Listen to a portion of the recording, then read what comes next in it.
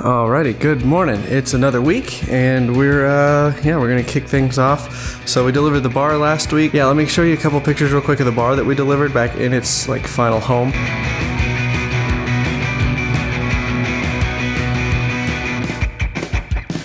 Alright, cool. So this week, to start off, we have got a sheet of half-inch plywood and a couple 2x4s, and we're going to build a platform. We've got a local friend who's a photographer, and they want to have a platform made where the subject can stand on the platform and you don't see like carpet or anything underneath. So pretty minimalist, so I'm not going to do a design video on it, but yeah, just take a quick look at the build.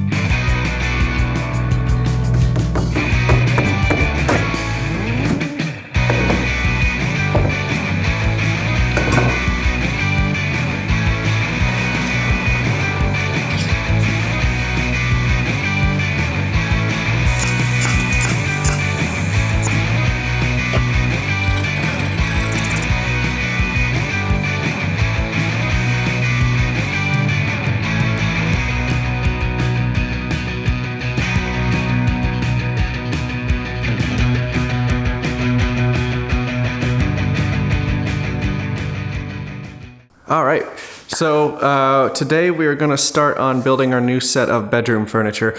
I don't have the money to do it all at once, so we're just going to start with the nightstands and kind of go from there. So yeah, I just got back from the steel yard. It's about 9:30 in the morning, and yeah, let's go.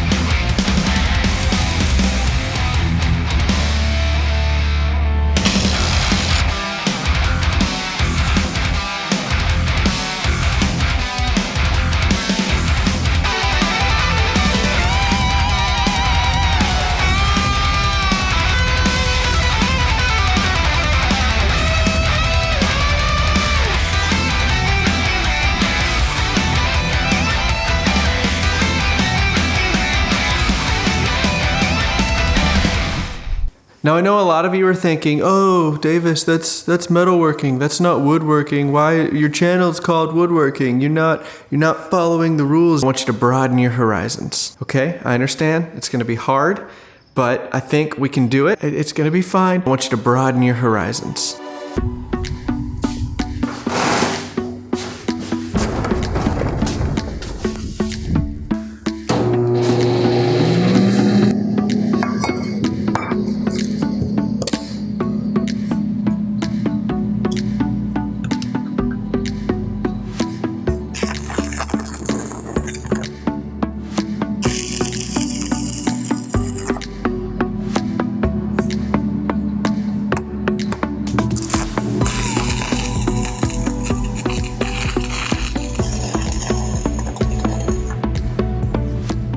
Alright, so we're starting the second nightstand. I didn't film the first one because I've never filmed welding before. It went fine, but now I kind of understand the flow of things, and I'm not going to catch my table on fire anymore, hopefully. I really need to get a welding table. I don't know where I'm going to put it, though. With the cars in the garage, this workshop gets a little tight, so I don't know that I'm going to be able to get a welding table. I might just do one of the... I was looking at weldingtables.com, and they've got this like little 2x3 benchtop tabletop, and you're supposed to just stack that on top of another table, and it'll be a perfectly flat surface. So I may look into that in the future if I start to get more projects where welding is involved, but until then I'll just keep clamping things like halfway off the workbench and getting them to stick that way. So yeah, again, Keep in mind, I haven't really welded since I was 8 years old, and even then my welds were just an iron fence put up at the farm, so I really don't have a whole lot of welding experience, but at least I'm trying. I'm not sitting on the couch complaining about somebody else's welds.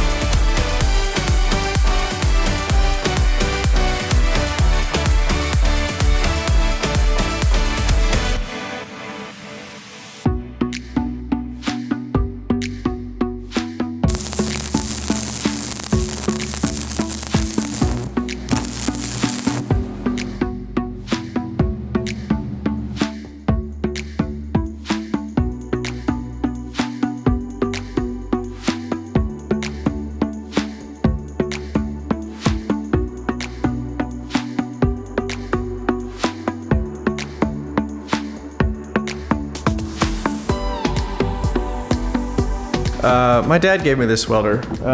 I used it when I was about 8 years old.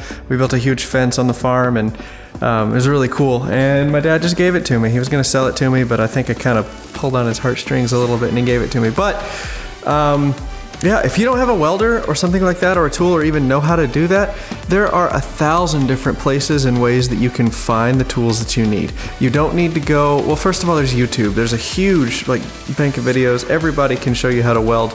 I recommend starting with a stick machine, not a MIG welder, because a MIG welder is just like a hot glue gun. You're not really going to learn welding. So if you're going to use a welder 2 or 3 times a year, maybe then okay, get a MIG. But if you're going to do it for production furniture or something like that, I recommend starting with a stick welder, because you're going to learn so much more. AVE talks about this in one of his videos.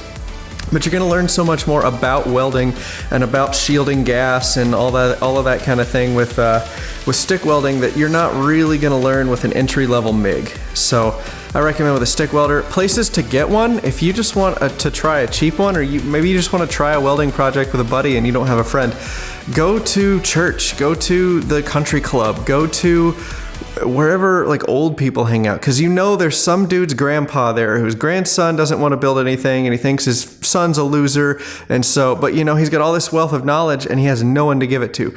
Go find somebody like that. Just introduce yourself. Say, hey, I'm a young woodworker. I'm a young maker. I really want to learn how to weld. And I heard that you were the guy that had the skills. And just see what he says. Buy him dinner. Buy him a cup of coffee.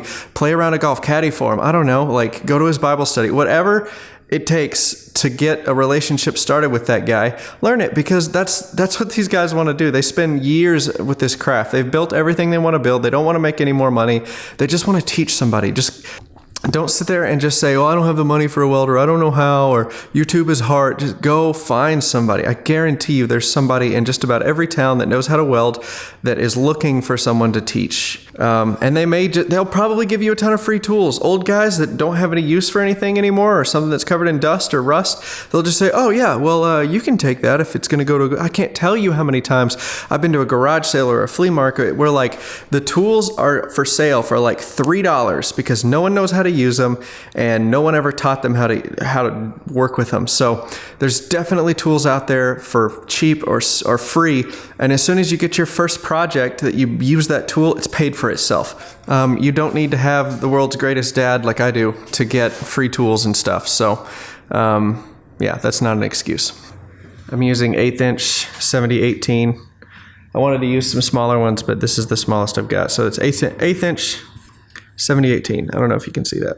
All right. We got these done and painted, so they look really nice. Of course, anything will look nice if you grind it and paint it enough. Anyway, these look nice. A couple more coats of paint, and then we'll be ready to put all the wood siding and stuff in for the things. This farmhouse desk, built another one. It's getting delivered today. They should be coming by any minute to come pick it up, but that's ready to go. Also, I can't show you what this is. It's just a plaque for somebody's like retirement, but this is solid cherry. We made this a while back. This is our first time using Endurovar, General Finishes Endurovar. Man, it's nice, especially out of that Fuji sprayer. I posted on that on Instagram, so go check that out. But man, that just looks so nice and it just feels so smooth right off the gun. So I'm definitely going to be doing that again. Oh, you haven't seen this either. I built Bob Claggett's plywood storage cart, or a very similar one to it. I didn't like the little dinky one out of OSB that I just threw together with some staples. So this one is much more long term. I can push it up against the door. So I have all this wall space again, which is really nice. I had nowhere to put the bandsaw and nowhere to put these little mobile carts. So that's really, really nice. I'm excited for that. This air cleaner cart, it's got to get replaced sometime this winter. I can't use this anymore. It's just not working well enough. I got to get a blower motor like Jay Bates has. But yeah, this is the state of the shop right now. It's pretty nice. Oh, there's the dehumidifier. It works great. I had no idea how much moisture was in the air until we turned this thing on.